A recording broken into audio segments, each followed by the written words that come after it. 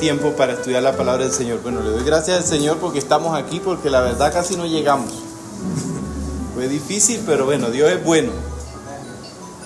Vamos a orar para dar inicio a este espacio de estudiar la palabra del Señor. Señor, en esta mañana quiero darte gloria y honra a ti, Señor, y quiero darte gracias por permitirnos llegar con bien, Señor, a nuestros hogares. Gracias por el privilegio que tuvimos, Señor, de estudiar la palabra de Dios. Y ahora ayúdame, Señor, a ser fiel, Señor, a este texto, Señor, a exponer. Y ayúdame, Señor, a mostrar todo tu consejo, Señor, conforme tú quieres que aprenda tu iglesia. Te lo pedimos en el nombre de Jesús. Amén. Bueno, hermano, ubíquese en el libro Abdías. Recuerde que estamos leyendo el libro de ¿qué? Abdías. Ahí vi que tienen dificultad todavía para buscarlo. ¿Listo? Vamos a repasar para poder avanzar en los versículos de hoy. Abdías se divide en tres partes. Abdías, este libro de Abdías. Hay una advertencia, que fue lo que vimos la vez pasada. Hay un juicio que se dio y hay una restauración. Es interesante que la mayoría de los libros de profecía de la Biblia tienen esta dinámica: advertencia, juicio y restauración. Y es una muestra total de la misericordia de Dios. Ahora, recordemos que el libro de Abdías, de principio a fin, es una profecía cumplida. Pero también debemos recordar que la profecía se cerró. Lo leímos en Apocalipsis. Ya no hay nuevas profecías. No hay nueva inspiración. Eso de que tenga una palabra nueva es totalmente falso. Y el contexto inmediato de esta profecía fue que la destrucción de lo que parecía imposible para los judíos, ¿no? El templo y la santa ciudad de Jerusalén. Esto se dio y al pie de la letra, y por eso es que esta profecía es incluida en el canon bíblico. Y hay que tener en cuenta que hubo dos incursiones o dos deportaciones por parte de Babilonia a Israel. La primera no fue tan violenta, podríamos decir que fue como política. Los agarraron y pusieron hasta un rey israelita. Pero Dios le había mandado a Israel que se sometiera a los babilonios. Pero ¿qué hacen ellos? Como hacemos todos nosotros, nos rebelamos. Entonces ya Jeremías había dado fe de que sus palabras se cumplían, pero ellos no quisieron obedecer y se rebelaron a los babilonios. Entonces allí es donde vienen la segunda incursión. Pero la segunda ya no fue como la primera, fue muy sangrienta. Y fue cumplida la profecía de Jeremías, que el templo y Jerusalén fueran destruidos totalmente. Pero en medio de esta incursión es que aparece Edom, que es la nación de la que estamos hablando. Recuerden, visión de Abdías, el Señor que había hablado en cuanto a ¿quién? A Edom. Y la nación de Edom, ¿qué pasa? Que cuando ella ve que Babilonia está destruyendo a Israel, aunque eran hermanos, lo que hace es que se une a ellos y comienza también a exterminar ¿a quién? A Israel. Y se burlaban en medio de la matanza, hacían burla. Y la escena era algo terrible. De manera que se salvaba de Babilonia, los edomitas lo saqueaban y se podían, lo mataban. Y todo había sido profetizado por Jeremías, y así ocurrió. Pero mientras Jerusalén y el templo eran destruidos y saqueados, estas personas, los edomitas, lo que hacían era burla de lo que estaba sucediendo. Pero ¿por qué esto era tan grave? Recuerde que hacíamos esta pregunta. Porque Edom e Israel eran descendientes ¿de quién? De Abraham e Isaac. Eran de la línea de la promesa. Y miren lo que dice. ¿Quién me puede leer Deuteronomio 23? Solo la parte A, hasta la coma. Deuteronomio 23, versículo 7. No aborrecerás al edomita, porque es tu hermano. Y miren, es un mandamiento de Dios que a Israel, que ellos no podían aborrecer al edomita porque era su hermano. Recuerden que Jacob y Esaú eran hermanos. Esaú dio, ahí está en Génesis 25, Esaú dio como nación a Edom, Y Jacob dio como nación ¿a quién? Eso significa que eran ¿qué? Hermanos. Por eso, hermano, lo que había hecho Edom era algo muy grave. ¿Cierto? Es algo muy diferente que uno le haga daño a otra persona que le haga daño a tu mamá, a tu papá o a tu misma familia. Entonces, por eso Dios dicta sentencia. La idea de estos 9 primeros versículos que estudiamos el domingo pasado es clara. La soberbia, el orgullo y la arrogancia de Edom le habían llevado a actuar de tal forma que pensaban que Dios no les haría juicio. Y recuerden que ¿por qué hacían ellos eso? Porque estaban en una posición geográfica alta y privilegiada. Y ellos ¿qué dijeron? Ni Dios me derribará de aquí. O sea, fue tanta la arrogancia, como a veces es la arrogancia de nosotros, que no pensamos que Dios nos puede mover de ese puesto, de ese lugar. Y somos tan frágiles, hermanos, que mire, usted se tropieza el dedo pequeño y ya anda. Y somos tan frágiles. Pero Edom ignoró totalmente el mandamiento bíblico y su arrogancia lo haría sufrir las consecuencias. Siempre lo que hace que suframos muchas consecuencias en nuestro pecado es nuestra arrogancia. La arrogancia de pensar de que Dios no va a actuar. La arrogancia de pensar que yo tengo a Dios bajo control. Y esto es algo que no es así. Y la enemistad entre Esaú e Israel comenzó en el vientre de su madre. Recuerden, comenzó desde el vientre de su madre, Génesis 25-22. Pero ha persistido a través de todas las generaciones. Los edomitas siempre han albergado resentimiento y desconfianza hacia los israelitas, porque recordaban la historia de Jacob y Esaú. Y ellos recordaban cómo Jacob había tomado la bendición ¿de qué? De Esaú. Y todo esto, hermano, ha desencadenado una guerra hasta el día de hoy. Por eso yo le digo, hermano, resuelva sus problemas familiares. No vaya a ser que demoren 40 siglos. Ahora, esto condenó a esta nación. Y lo peor es que ellos en su soberbia se llenaron de hostilidad hacia su hermano. Pero aún así, todo pecado, hermano, aunque ellos actuaron así y aunque en su soberbia pensaban que Dios no los iba a castigar, ellos de alguna manera sabían que las consecuencias se tenían que sufrir. Por eso hoy seguiremos el estudio del día, de los versículos 10 al 16, donde aprenderemos que todo pecado es una afrenta y rebelión contra Dios, que tendrá unas seguras e inevitables consecuencias, como es el derramamiento de la ira de Dios. Escuche lo que vamos a aprender. Todo pecado es una afrenta y rebelión contra Dios que tendrá unas seguras e inevitables consecuencias, como es la manifestación de la ira de Dios. ¿Listo? Versículo 10. Dice la palabra del Señor: por la injuria a tu hermano Jacob te cubrirá vergüenza y serás cortado para siempre. Les quiero mostrar la historia del rey David. El gran rey David, ya a punto de jubilarse, subió al terrado de su palacio. Y los reyes hacían la casa de tal manera que ellos pudieran ver la ciudad. Eso les daba una ventaja. Y casi toda la ciudad, y él cuando se montaba en su terrado podía ver casi toda la ciudad de Jerusalén. Y desde ese terrado observó una mujer bañándose. Y sin mediar palabra, aunque los hombres que fueron a buscarla sabían que ella era casada, él decidió tomarla. Y un rey podía tomar en ese momento de la historia, cualquier mujer la podía tomar como su esposa siempre y cuando fuera soltera. Pero ¿qué pasa? Él toma una mujer casada. Y la ley decía que él debía morir porque era adulterio. Pero la soberbia y el corazón de David lo hizo pensar que podía pecar sin recibir consecuencias. Y es el mismo caso a veces de todos nosotros, ¿no? Pensamos que podemos pecar y podemos ocultar. Y a los pocos meses la mujer le mandó a decir: estoy embarazada.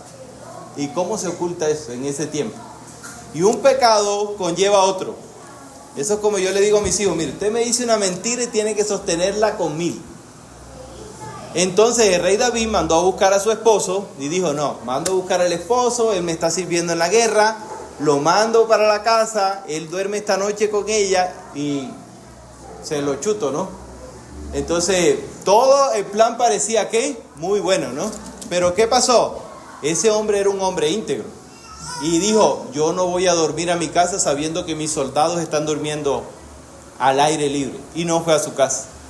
Entonces, el rey David, ahora no solamente era un adúltero, sino ahora su corazón se llena de algo peor, que es maquinar un asesinato. Y le manda una carta, con él mismo la mandó a Joab, para que Joab lo desamparara en la guerra y Urias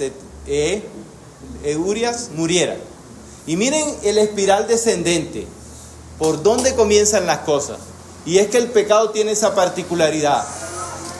Algo tan pequeño va en una espiral que descendente. Pero el rey David pensaba, después que dio muerte a este hombre, fue tan descarado que mandó a buscar a la mujer. Bueno, ahora que viva conmigo. Pero el rey David pensaba que nadie se había enterado de esto, que todo quedaría sin justicia. Su soberbia lo engañó pensando que no tendría consecuencias. Y eso es lo que muchas veces pasa con nosotros. Nuestra soberbia nos hace pensar de que podemos hacer cualquier cosa y que no va a pasar nada. Pero ¿qué pasa? Un día Dios le revela al profeta Natán lo que sucedió y lo va a visitar. Y el profeta Natán no le dijo, no lo amonestó directamente, sino que le contó una historia. La historia de un hombre rico y un hombre pobre. Y le dijo, el pobre crió una oveja. Y como diríamos hoy en día, con teterito, y la quería y la amaba. El rico tenía muchas ovejas, pero al rico se le presentó una visita. Y no quiso matar ninguna de él, sino que mató la del hombre ¿qué? Pobre. No quiso matar, sino que mató y guisó para la visita la oveja del hombre que tenía una sola y la cual la amaba.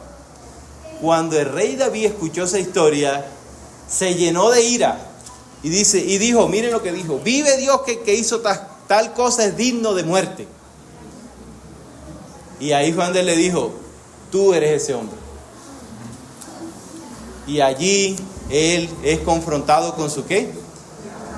Y miren lo que dijo también, y debe pagar lo que hizo, porque no tuvo misericordia. Natán entonces le tiene que decir, tú eres ese hombre. Y como seres humanos, hermanos, somos muy buenos para indignarnos con el pecado ajeno, ¿no? Pero no con el de nosotros, ¿cierto? Somos muy buenos para ver la paja del ojo del hermano, pero no la viga que tenemos en el ¿qué? En el de nosotros. También debemos saber que el pecado, hermano, es un espiral descendente. Cuanto más usted lo oculta, más usted va ¿qué? Decayendo. Y todo pecado, hermano, como les he dicho, es una afrenta y rebelión contra Dios que tendrá unas seguras y temibles consecuencias, como lo es la manifestación de la ira de Dios. Ahora sí, hermano, versículo 10. Y miren, ya lo leímos, por la injuria a tu hermano. Y miren cómo lo trata. Otra vez, Dios sí sabía cómo tratar. Por la injuria a tu hermano. ¿A qué hermano? A Jacob. Jacob, aquí se está refiriendo a Israel. Dios muchas veces dio muchos ejemplos de eso. Decía, oh Jacob, o sea, oh Israel. Se está refiriendo a Israel.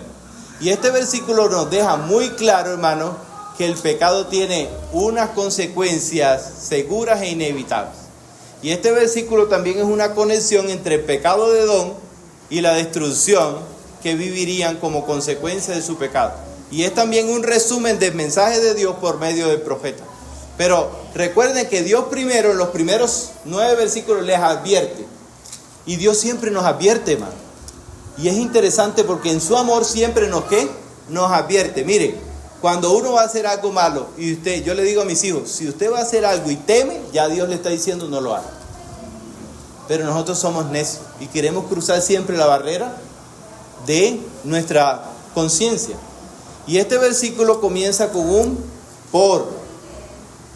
Y ese por, hermano, en el idioma original tiene que ver como consecuencia. Por. Es como si yo le dijera a mi hijo, tú hiciste esto, por lo tanto, entonces va a haber consecuencia. Y ahí la palabra también, injuria, se podría también traducir mejor como violencia. Entonces, una mejor traducción de este versículo sería: a causa de la violencia tu hermano Jacob te cubrirá vergüenza. Y aquí la palabra cubrir es totalmente. La palabra violencia, hermano, es interesante. ¿Saben por qué? Porque, en hebreo la palabra violencia es jamás. ¿Han escuchado esa palabra? Jamás. Bueno, no voy a andar ahora en política ni en grupos terroristas. Pero esa es la palabra, jamás. La palabra violencia en el hebreo siempre está relacionada con un acto pecaminoso. Su primera mención en la Biblia fue los hombres antes del diluvio, que estos hombres eran ¿qué? Violentos. Pero la violencia aquí, que está hablando aquí, es una violencia hacia el otro ser humano. O sea, es pecaminosa. Y no tiene nada que ver con la hostilidad, la guerra, la matanza, sino con la constante transgresión y la necedad del hombre de violar la ley de Dios. ¿Y violarla cómo? Haciéndole daño a los ¿qué? A los otros. Y esta violencia que cubrirá Edom, como les dije, tiene un sentido de pecado, de daño. Entonces, el versículo se puede decir que aquí va a haber unas consecuencias por lo que Dios les ha advertido que no hicieran. Y es mucho, y miren, hay otra palabra muy importante aquí en este versículo que es vergüenza. Y vergüenza, hermano, en hebreo, no es sonrojarse o como nosotros ponemos, ay, me dio pena. No, la vergüenza en la Biblia, escuche lo que es la vergüenza en la Biblia. Es la humillación pública que Dios permite sobre una persona a causa de la violencia y la violación de la voluntad de Dios. Israel muchas veces fue avergonzado por su pecado. Y hay veces, hermano, que Dios permite la vergüenza en nuestras vidas. Y es interesante porque se hace público por causa de nuestro pecado. Les voy a poner un ejemplo. El adulterio. El matrimonio es un acto público. Y por lo tanto la disciplina del matrimonio debe ser un acto público. ¿Y esto va a traer qué? Vergüenza. Hay un caso que nos ha dolido mucho en estos días. Yo creo que todos saben de quién le hablo. De un gran hombre de Dios. Muy bueno en su exposición bíblica. Pero él cayó ¿en qué? En adulterio. ¿Cómo debía ser su disciplina? Pública. Y esto lo llenó de vergüenza. Muchas personas se preguntan, ¿por qué se hizo así? Y yo, porque así enseña la Biblia.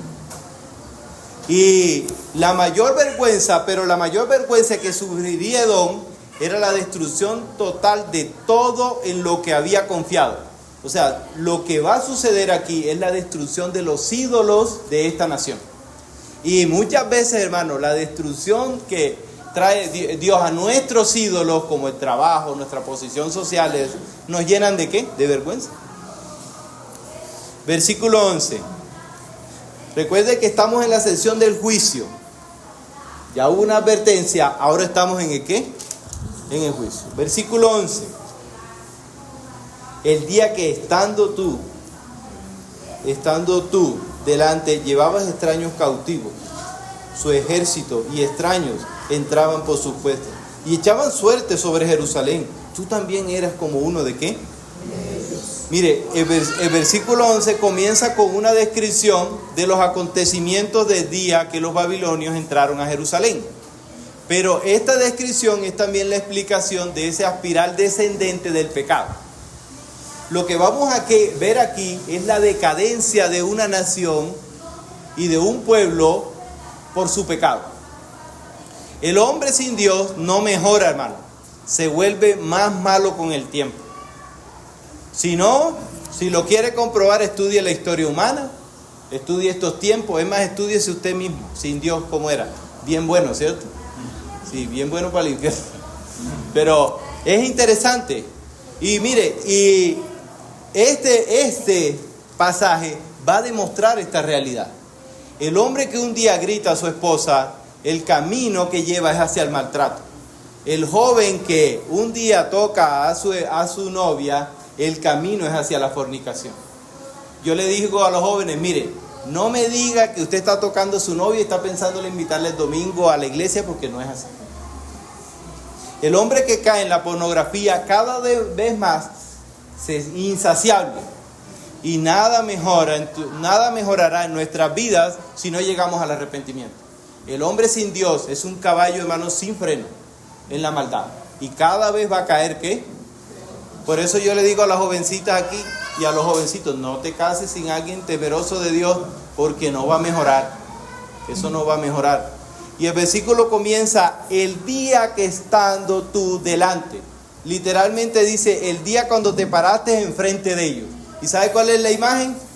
Ellos se pararon porque ellos estaban en una posición, ¿qué?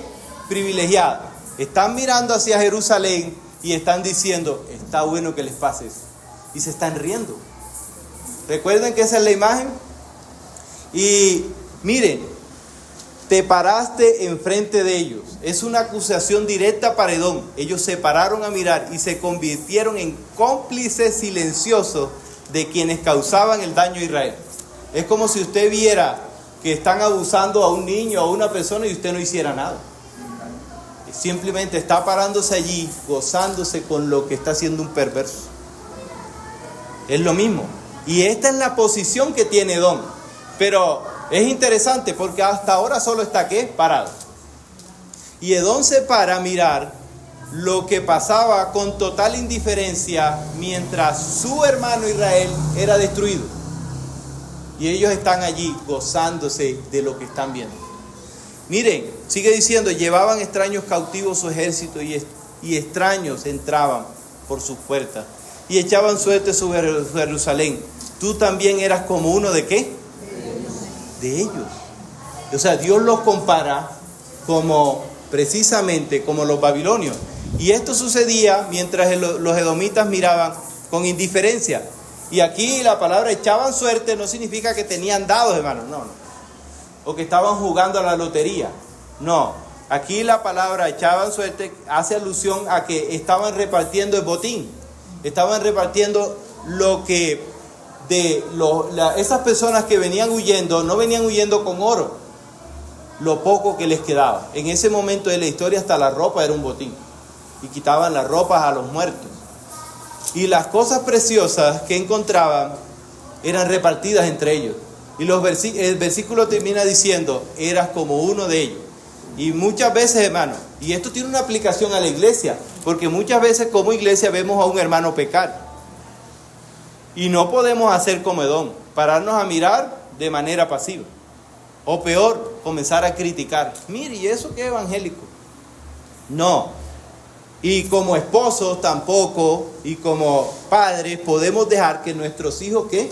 Caminen un camino y no estorbarlo. ¿Recuerdan a Elí? No estorbó sus hijos. ¿Qué pasó con sus hijos? Se perdieron.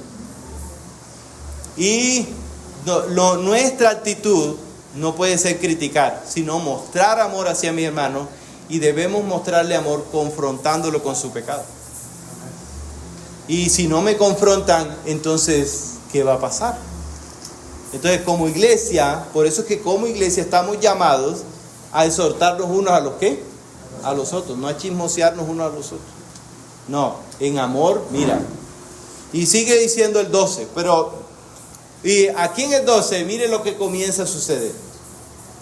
Pues no debiste tú haber estado mirando en el día de tu hermano, en el día de su infortunio, no debiste haberte alegrado de los hijos de Judá, en el día en que perdieron, ni debiste haberte jactado en el día de la ¿qué?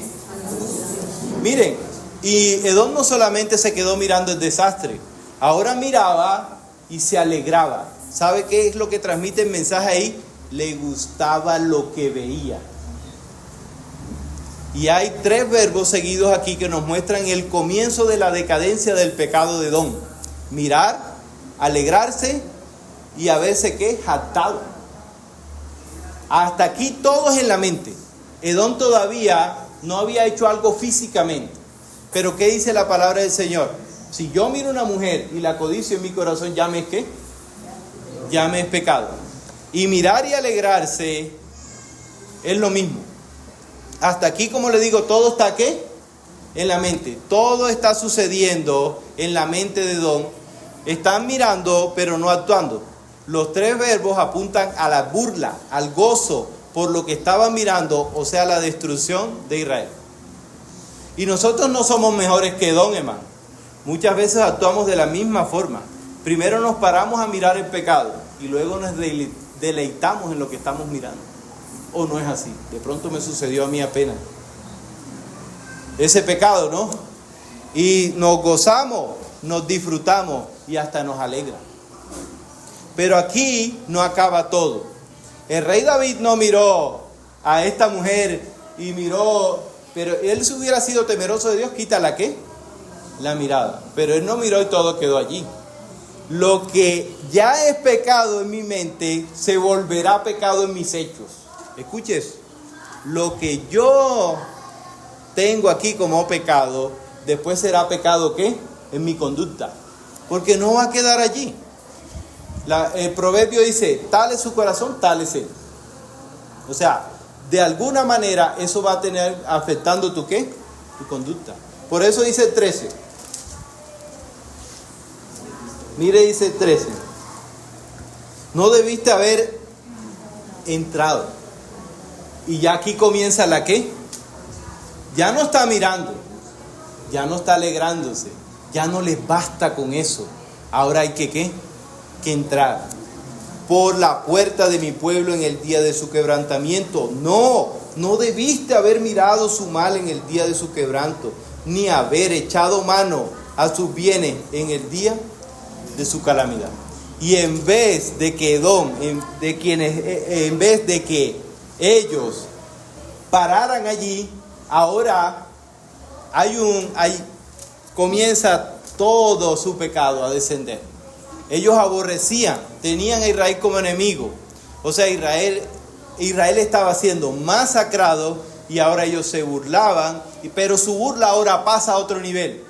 Y ese pecado de enemistad y aborrecimiento pasa al deseo de causar daño. Y es así. Cuando yo aborrezco y cuando yo tengo enemistad con alguien, falta solo que me diga algo para yo ¿qué?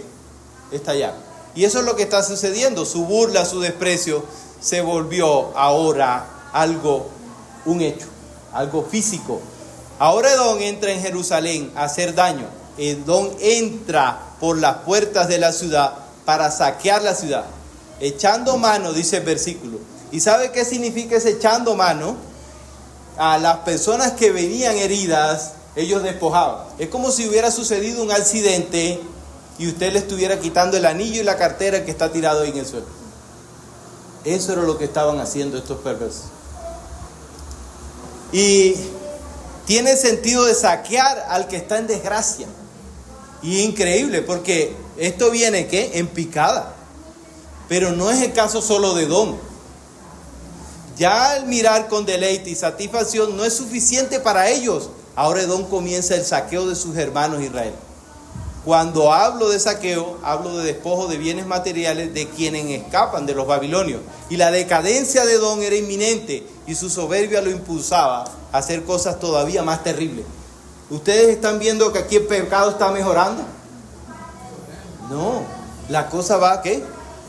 Y es que así somos todos nosotros. Si no nos arrepentimos, ese espiral descendente nos va a llevar a la muerte, como dice la Biblia, si no frenamos. Y el único freno que hay es el arrepentimiento. Y miren el 14. Tampoco debiste haberte parado en las encrucijadas y ya miren, para matar a los que de ellos escapasen, ni debiste haber entregado a los que quedaban en el día. Ahora sí ven. Ya no solamente, y ahora ya no se deleitan viendo, ya no se están alegrando, no les basta con que está tirado en el suelo lo está saqueando. Ahora viene una palabra bien compleja. Dice, pero todo, hermano, ¿vieron que todo no acaba allí? El pecado ahora desbordado de Edom ya no lo hace un simple espectador, ya no está mirando con desprecio y gozo lo que está sucediendo con Israel. Ya Edom no es un simple ladrón que está despojando a los heridos y muertos por la guerra. Ahora Edom pasó a ser un asesino. Y ya toma las armas y tiene que actuar. ¿Vieron dónde me lleva la soberbia del pecado? Y uno dice, uy, yo no pensé que ese vecino iba a hacer eso. Y puede hacer más, hermano. Y yo también les digo que muchas veces yo he pensado que yo no voy a hacer ciertas cosas y las hago. Ahora toma la espada y se vuelve un asesino de israelitas. Pero no de guerreros, no, de indefensos que huían de los babilonios en medio de la guerra. Increíble, por eso dice el texto, tampoco debiste haberte parado en las encrucijadas para matar a los que de ellos escapasen. En las ciudades antiguas había murallas, pero los habitantes de ese pueblo sabían las encrucijadas. Las encrucijadas eran como llamamos, esos recotios. ¿Y qué pasaba? Que cuando ellos salían, los de Edom estaban esperando allí para matarlos. Ellos no estaban matando guerreros, estaban matando a su hermano, estaban matando a su mismo pueblo. Y viene ¿qué? La decadencia. Cada vez la situación de su corazón es más perversa. Y miren, pues en esa salida de las grietas se pararon los edomitas a masacrar a todo el que pasaba, sea hombre o sea mujer. Y no solamente eso, sino que este acto estaba mostrando totalmente su crueldad. Esta imagen es una total crueldad. Lo que los edomitas están haciendo en verdad que era algo aborrecible, pero ese es el resultado de la soberbia humana. Una vez que esa soberbia toma el control de ti, el camino, hermano, que tú vas a seguir es el de la crueldad. ¿Alguna vez no se han preguntado, por lo menos viendo un noticiero, cómo cae una persona en eso? Yo le voy a decir cómo: dándole rienda a su pecado y no arrepintiéndose. Y el versículo termina diciendo, ni debiste haber entregado a los que quedaban en el día de la angustia. Y era interesante, porque no les bastaba, porque ellos delante de los babilonios no hacían esto, sino que agarraron a los pocos que quedaban tirados en el suelo, y no contentos con lo que hacían, se lo entregaron a los babilonios como esclavos. Ni siquiera ellos lo tomaron como esclavos. O sea que ya la imagen va muy deteriorada, ¿no? Pero no esa es la imagen de nosotros muchas veces. No es la imagen de nosotros que tomamos algo y cuando venimos a ver en qué momento hice yo esto, en el momento que se diste el primer paso. Y el versículo termina diciendo, el 15, ahora comienza el 15.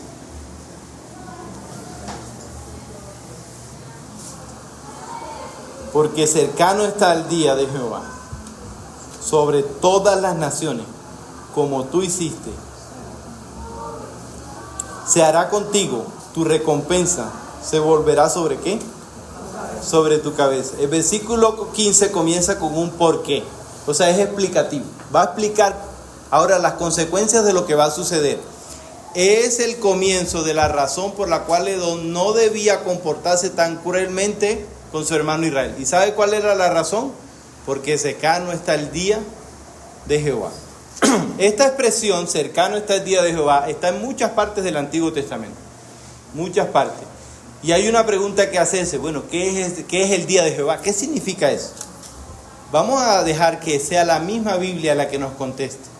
Vamos a leer Isaías 13, del 6 al 11. Yo lo voy a leer. Isaías 13, del 6 al 11. Dice la palabra del Señor, versículo 6. Isaías 13, versículo 6 al 11. Dice la palabra del Señor, aullad. Y ese no aullad es que usted caga como perro, man, o como gato, no. Está hablando de una queja profunda por algo que va a suceder. ¿Y qué es lo que va a suceder? Porque cercano está el día de ¿quién? Y miren cómo lo describe. Vendrá como asolamiento del Todopoderoso. Por tanto, toda mano se debilitará y desfallecerá todo corazón de hombre. Y se llenarán de terror. Angustia y dolores se apoderarán de ellos. Tendrán dolores como de mujer de parto. Se asombrará cada cual al mirar a su compañero. Su rostro. ¿Rostro de qué? He aquí el día de Jehová viene, terrible y de indignación y ardor de ira, para convertir la tierra en soledad y raer de ella a sus ¿qué? Eso es muy importante. Por lo cual las estrellas de los cielos y sus luceros no darán luz, y el sol se oscurecerá al nacer, y la luna no dará su resplandor. Y castigaré al mundo por su maldad, y a los impíos por su iniquidad. Y haré que cese la arrogancia, miren, de los soberbios, y abatiré la altivez de los ¿qué? De los fuertes. ¿Qué había hecho Edom? Versículo 3. La soberbia de tu corazón te ha ¿qué? Ha engañado. ¿Sabe qué va a pasar en el día que Dios juzgue a todos los vivos y los muertos? Esa soberbia no va a existir. No va a existir. Así que si usted se ensorbece hoy contra Dios en no arrepentirse, esa soberbia un día va a tener su fin. Sepa todo ser humano que tu soberbia tiene un fin, el día de Jehová. Y este día tiene un carácter universal. Isaías lo dice, castigaré al mundo por su ¿qué? Pero también tiene un carácter personal.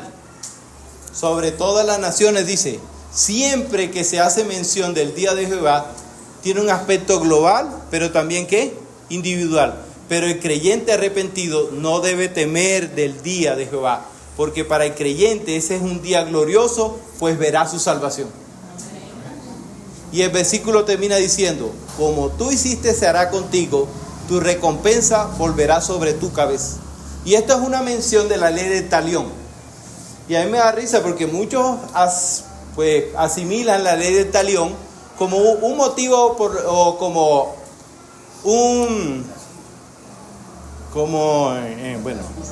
excusa para vengarme. Pero la ley del talión no tenía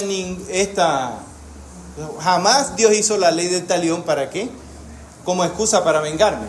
Lo que está diciendo es que Dios castiga conforme yo hago. Entonces, ¿qué hacía la ley del talión? Por eso dice ojo por ojo. ¿Qué significaba? Si usted le sacaba el ojo a alguien, ¿sabe qué debían hacerlo? Sacarlo uno a usted. Por eso los sacerdotes, si usted le hacía una herida a alguien, se la medían.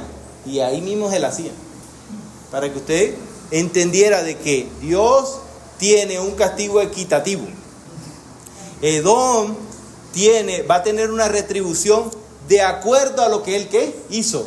Por eso dice, tu recompensa volverá sobre ¿qué? Pero antes dice, como tú hiciste, se hará contigo. ¿Recuerdan ese principio? Lo que el hombre sembrar, eso se gana.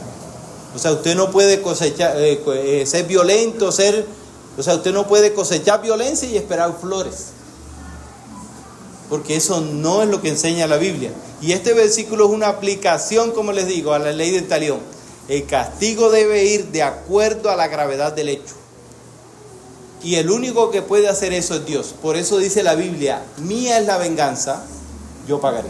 Nosotros no podemos hacer eso. No podemos ser equitativos porque somos seres caídos. Y versículo 16. Versículo 16. Vamos terminando con el juicio. Último versículo. Dice la palabra del Señor.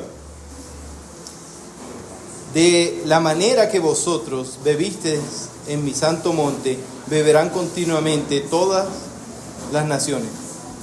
Beberán y engullirán y serán como si no hubieran sido. Y este versículo es la segunda explicación de que Edom no debió ser tan cruel con Israel su hermano. Por eso empieza con otro por qué. Y otra vez está explicando cuál es la razón de qué, de juicio. Y está hablando de ese carácter retributivo de Dios. Conforme yo hago, conforme Dios va a hacer con qué, conmigo. Sin embargo, para que no quede y mucho menos se piense que alguien de otra nación podría actuar con impunidad, Dios le declara que todas ellas también serán sometidas ¿a qué? A juicio. Ni Edom, ni las naciones, ni nadie puede escapar pensando que no habrá ninguna consecuencia. Todos de manera individual tendremos que responder ante Dios por nuestra conducta. Y eso es lo que está diciendo el texto. Pero miren que el texto tiene como un progreso. Primero hay una advertencia, ahora está el juicio. Pero este juicio es por... ustedes piensan que Dios, se le pasó la mano al Señor. ¿Ah? ¿Dios lo está viendo así? No.